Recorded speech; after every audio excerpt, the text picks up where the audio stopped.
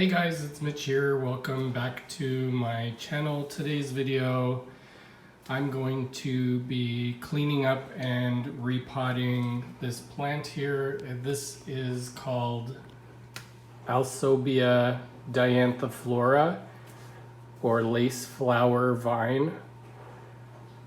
This is an awesome gesneriad, which is the same family that African violets and streptocarpus are from. And I've been cleaning up a lot of my plants this year and doing a massive plant purge. And this is one of my keeper plants, one that I absolutely love and would highly recommend to anybody. Although at this point it's looking a little ratty. There's lots of these old dried leaves and some of the old vines are dried up, so I'm going to clean it up and pot it up into a larger pot. It's just still in the same plastic pot that I bought it in a few years ago. This is an awesome plant. It grows very fast and it's very easy to propagate. You can clip off all of these little individual plantlets that form along the vines and have hundreds of plants if you really choose. But I do like it when it's all overgrown like this and it spreads or trails however you want it to grow and has beautiful little fuzzy leaves with this nice pattern on it. And the best part is it has really pretty flowers that look like they've been shredded all over it in the summer, all throughout the year if you give it enough light. Right now it's not getting enough light. It's been sitting in my basement for the last few months because I cleaned out my grow area, but I figure now it's time in the fall. I'm taking time to repot some of my favorite plants and give the ones that I really love a little TLC. If you watched my video from last week, this is my streptocarpella that I repotted, and you can see it's growing really nicely. That little flower is developing, and I'll post a little update once it blooms. So actually now with streptocarpella you can see, and this one, one of my favorite plant families is definitely gesneriads. Anyway, the first part of this process is going to be cleaning up all of these little dead leaves, trimming out all of the dead stuff and getting it ready for repotting. It'll be a little bit of a boring process, but I'll touch base again with you once I'm done that and this is all cleaned up. So I'll just see you in a minute. Alright, so that was a little bit tedious and it took me about 45 minutes, but this is kind of the final stage. I've pulled up off most of the dead leaves and cut out all of the dead vines, and as you can see here, it was pretty much almost half dead stuff in amongst all the living stuff. So I did cut some of these vines that were a little bit long and didn't have a lot of growth. Like you see, it's missing, but the good thing about all of these is that you can break off each of these little ones. You get a little plantlet and you can just plant them into soil and they'll root. And one exciting thing, like here you can see this one has a little, it's making seeds, and actually I found some little seed pods that are full of seeds. So I'm going to try and plant those and grow them and see what happens. But anyway, now that we're at this stage, I'm going to get my other pot ready. This is my new pot and I'm going to fill it with earth and then I'll show you what to do next. Alright, so now I've filled the pot up with some potting soil and I added a little bit of perlite to the potting soil so it's a little bit airier than it normally would be. And now I've tipped the pot out into my hand.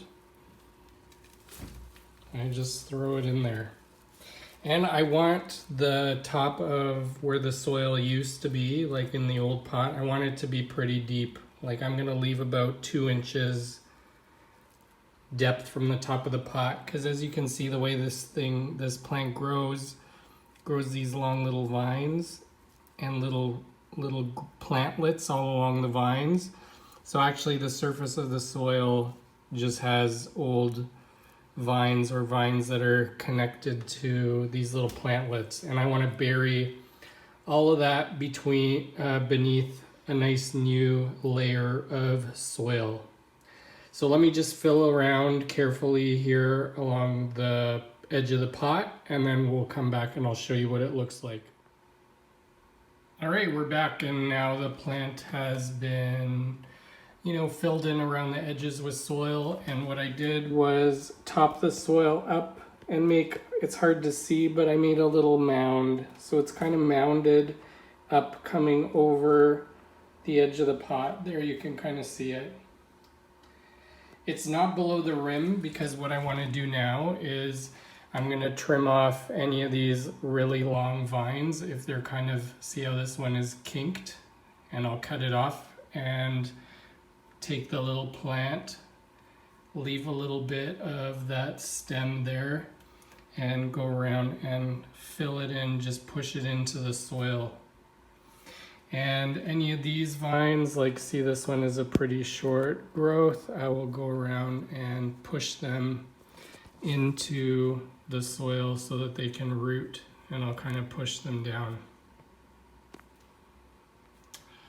Some of these I will try and leave long, but it's more about filling in the top part right now. Let me take a few minutes and I'll tidy it up and I'll show you what it looks like. All right, all finished now, and this is the finished result. As you can see, it's packed in pretty tight. I saved as many of those little growths, little plantlets off the vines as I could, and I just stuck them in all around wherever there was empty earth. I have found with this plant, it doesn't really take long for it to root. Very, very easy to propagate. Looks great right away. The pot looks great. I left some of these for now, but as these ones root, they will send out their own little runners with little plants, and I'll just let those ones trail, and I'll trim these ones off because they will all face towards the light and they will look really, really good. If you have some little plantlets left over, you can just stick them in a little pot like this and they will root quite quickly as well. Or you could just take a bunch of little plantlets and stick them in a big pot and they will root quite quickly as well. I broke open those little seed pods and I got a whole bunch of little seeds. So I just prepped a little container here with some earth and perlite, and I tamped it down with a cup, and I'm just gonna pick these up with my finger and sprinkle them all over the surface of the soil and then tamp them down.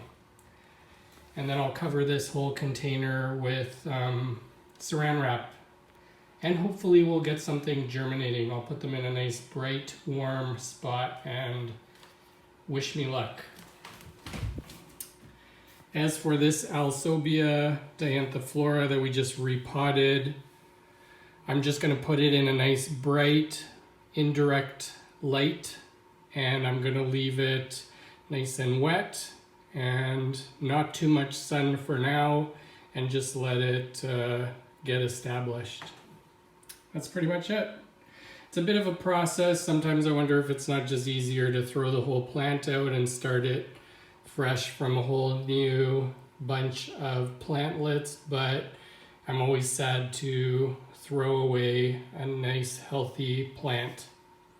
Anyway, that's it for today. Hope you like this video. Hope you learned something new, or I've exposed you to this nice new plant. If you ever see it around, I highly recommend it. It's one of my all-time favorites. Thanks very much for watching, and I'll see you next time.